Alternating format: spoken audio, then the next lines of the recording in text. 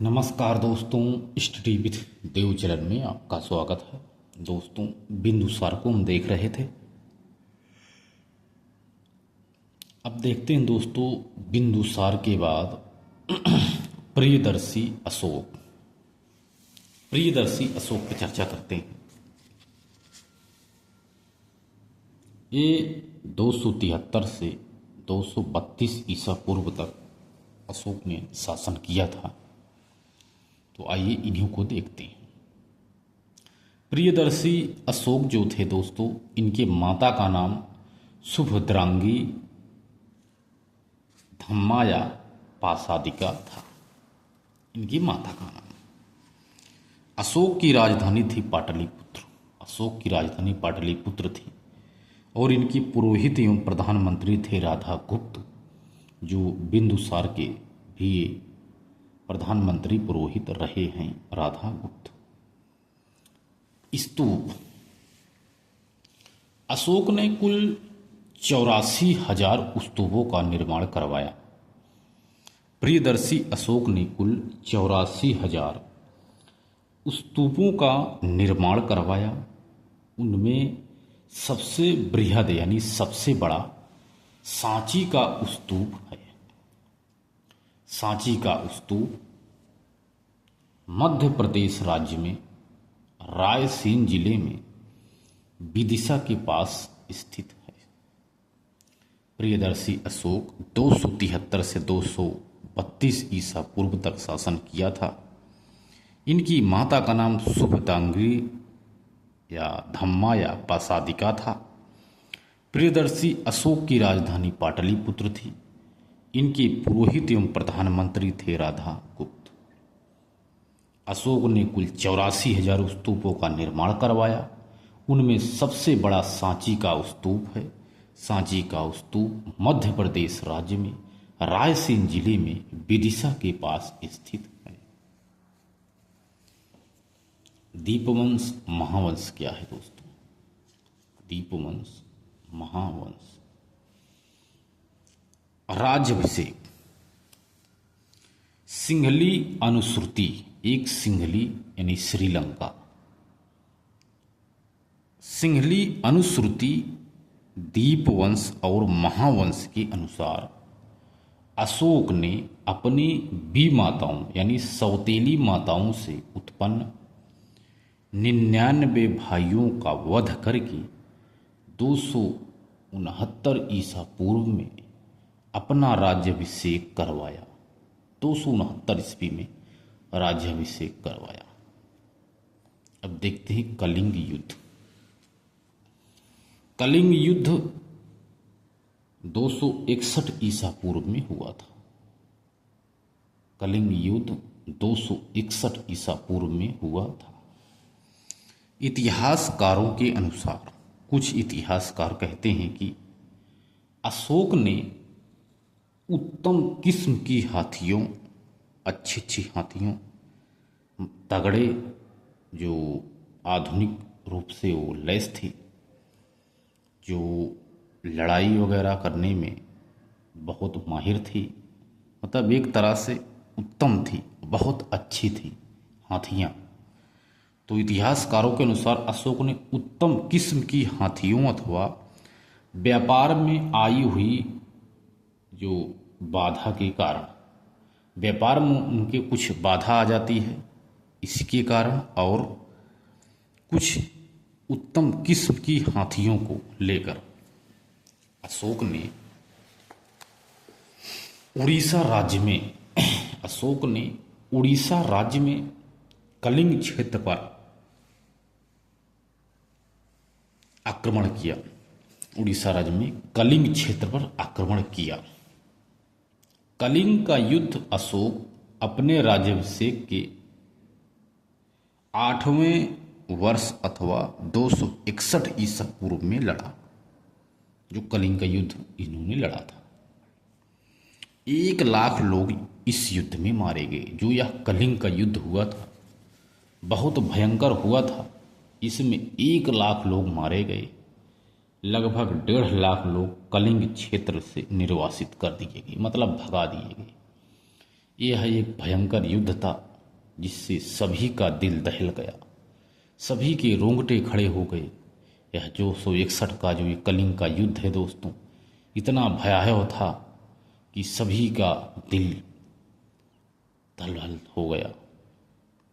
इस युद्ध का उल्लेख अशोक ने अपने 13वें क्रम की शिलालेख में करवाया है और राजा खारवेल ने भी हाथी गुहा अभिलेख में भी कलिंग युद्ध का उल्लेख करवाया है। कलिंग युद्ध में कलिंग के राजा के विषय में जानकारी प्राप्त नहीं होती है। उस समय कलिंग का राजा कौन है? कलिंग युद्ध से अशोक का हृदय परिवर्तित हो गया और उससे दिग्विजय को छोड़कर धर्म विजय को अपना लिया। उसने दिग्विजय को छोड़ करके धर्म विजय को अपना लिया। यही है दोस्तों, कलिंग युद्ध से अशोक का हृदय परिवर्तित हो गया, क्योंकि जितनी भयानक उसमें काफ़ी लोग मारे गए थे, इतनी भयावह स्थिति हो गई थी। 1 लाख लोग उसमें मारे गए, 1 लाख 1.5 लाख लोगों को भगा दिया गया। इतना दर्दनाक था वो कलिंग का युद्ध। तो अशोक क्या सभी का हृदय दलदल हो गया था, लेकिन क्या किया जा सकता है। इसी को देख करके अशोक ने कहा कि अब हम दिग्विजय को छोड़ देंगे और धर्म विजय को अपना लेंगे। इसीलिए अशोक ने दिग्विजय को छोड़ दिया और अब धर्म विजय को अपना करके वो एक प्रियदर्शी अशोक बन गए। इसीलिए उनको प्रियदर्शी अशोक के नाम से जाना जाता है। जूनागढ़ अथवा गिरनार। जूनागढ़ अथवा गिरनार के अभिलेख के अनुसार, एक जूनागढ़ का अभिलेख है अथवा गिरनार का अभिलेख है दोस्तों, जो राजा खारवेल का है। तो क्या है इसमें, अशोक से, जो इनके अनुसार अभिलेख के अनुसार, अशोक से सौराष्ट्र प्रांत में अशोक ने सौराष्ट्र प्रांत में सुदर्शन झील से नहरों का निर्माण करवाया था।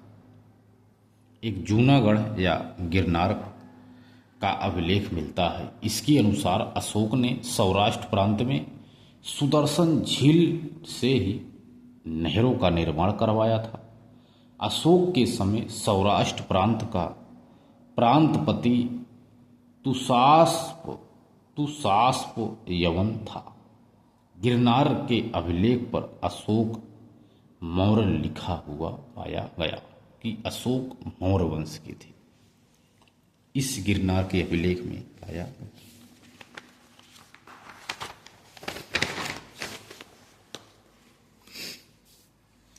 अशोक ने बौद्ध धर्म अपनाया था। तो क्या है दोस्तों, देखते हैं। बौद्ध धर्म। अशोक महान जो था दोस्तों, प्रियदर्शी अशोक महान, कलिंग युद्ध के 3 वर्षों के पश्चात निक्रोध नामक बौद्ध भिक्षु से प्रभावित होकर बौद्ध भिक्षु उपगुप्त से बौद्ध धर्म की शिक्षा को ग्रहण किया। अशोक ने कलिंग युद्ध के 3 वर्षों के पश्चात निक्रोध नामक बौद्ध भिक्षु से प्रभावित होकर बौद्ध भिक्षु उपगुप्त से बौद्ध धर्म की शिक्षा को ग्रहण किया।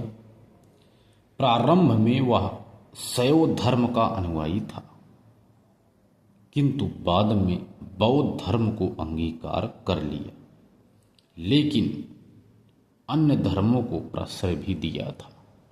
वह किसी भी धर्म के प्रति द्वेष की भावना नहीं रखता था, सभी को एक समान एक निगाह से देखता था।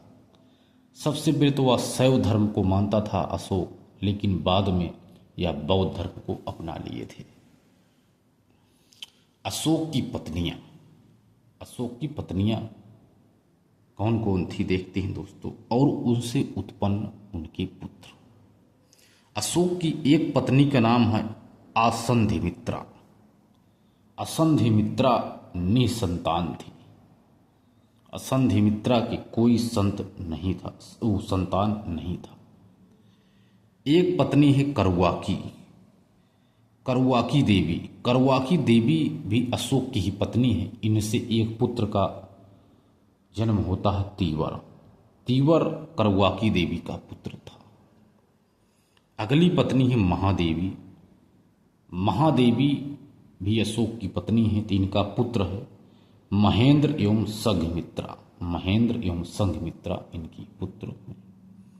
अशोक की अगली पत्नी है पद्मावती। पद्मावती के पुत्र का नाम है कुणाल। अशोक की ये कुछ पत्नियां हैं। अशोक की पत्नियों में सबसे प्रसिद्ध पत्नी करुआकी थी। अशोक की जो पत्नियां थी, उपरोक्त पत्नियों में सबसे प्रसिद्ध पत्नी करुआकी थी। करुआकी और पुत्र तीवर के नामों का उल्लेख कौशाम्बी के लेख पर किया गया है।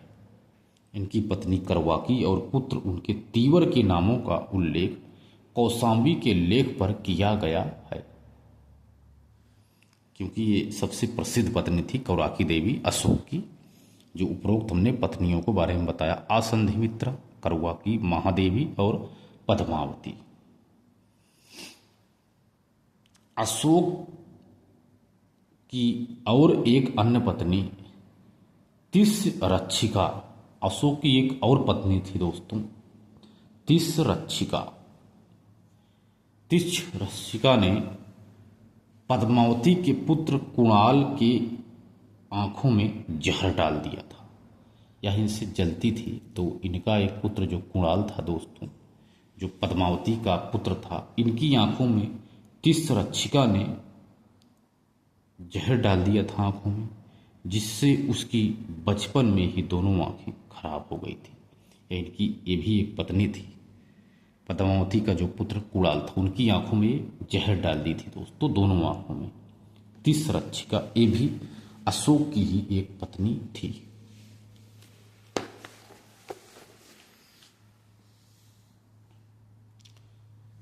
महादेवी के पुत्र। महादेवी के पुत्र महेंद्र एवं पुत्री संघमित्रा को, जो महादेवी के पुत्र थे महेंद्र और उनकी पुत्री भी एक थी संघमित्रा को, अशोक ने बौद्ध धर्म के प्रचार प्रसार के लिए श्रीलंका भी भेजा था। या बौद्ध धर्म के प्रचार प्रसार के लिए श्रीलंका जाए, इनको श्रीलंका भेजा था प्रचार प्रसार के लिए। महादेवी के पुत्र थे दोस्तों महेंद्र और संघमित्रा। आइए देखते हैं दोस्तों अशोक का धम्म। विश्व इतिहास में अशोक के प्रसिद्धि का कारण है उसकी विजय नहीं, अपितु उसका धम्म है। विश्व इतिहास में अशोक की प्रसिद्धि का कारण उसकी विजय नहीं है, अपितु उसका धम्म है। धम्म शब्द संस्कृत भाषा के धर्म शब्द का प्राकृतिक भाषा में रूपांतरण है। धम्म शब्द संस्कृत भाषा के धर्म शब्द का प्राकृतिक भाषा में रूपांतरण है। अशोक के धम्म के अनुसार माता पिता, गुरु, ब्राह्मण और दासों के साथ समानता का व्यवहार करना चाहिए। अशोक के धम्म के अनुसार माता पिता, गुरु, ब्राह्मण और दासों के साथ समानता का व्यवहार करना चाहिए। यही है दोस्तों अशोक का धम्म। अशोक की अभिलेख। अशोक के अभिलेख पे यदि बात की जाए तो विभिन्न प्रकार के इनके अभिलेख हैं दोस्तों, जैसे शिलालेख, शिलालेख, स्तंभ लेख और गुहा लेख। तीन तरह से इनको हम तोड़कर पढ़ेंगे दोस्तों अशोक के अभिलेख को, शिलालेख, स्तंभ लेख और गुहा लेख। शिलालेख की बात की जाए तो यह दो प्रकार की शिलालेख है। बृहद शिलालेख तथा लघु शिलालेख। बृहद शिलालेख 8 हैं तथा लघु शिलालेख 18। शिलालेख टोटल दोस्तों 26 माने जाते हैं। शिलालेख 26 हैं, 8 बृहद शिलालेख और 18 लघु शिलालेख हैं। स्तंभ लेख 11 हैं दोस्तों। स्तंभ लेख 11 हैं। बृहद स्तंभ तथा लघु स्तंभ। बृहद स्तंभ की संख्या है 6 तथा लघु स्तंभ की संख्या है 5। तो दोनों मिलाकर स्तंभ लेख की संख्या है 11। अगला है गुहा लेख। गुहा लेख दोस्तों 3 माना जाता है। गुहा लेख 3 है। अशोक के 3 गुहा लेख भी मिलते हैं दोस्तों, जैसे कर्ण चौपड़ गुहा लेख, विश्व झोपड़ी गुहा लेख, सुदामा या लोमस ऋषि की गुफा, यह भी एक गुहा लेख है दोस्तों। तो 3 गुहा लेख मिलती है। इन सभी की भाषा है प्राकृति और लिपि है यूनानी, खरोष्ठी, ब्राह्मी एवं आरमेइक। इन 4 लिपियों का प्रयोग किया गया है, यूनानी, खरोष्ठी, ब्राह्मी एवं आरमेइक। 4 लिपियों का प्रयोग किया गया है। तो यही था दोस्तों अशोक के अभिलेख। शिलालेख हैं 26, स्तंभ लेख हैं 11, गुहा लेख हैं 3। तो यही है दोस्तों अशोक के अभिलेख। तो दोस्तों मिलते हैं और एक बेहतरीन क्लास में। तब तक के लिए जय हिंद, जय भारत। ठीक है दोस्तों, तो तैयारी आप लोग करते रहिए दोस्तों।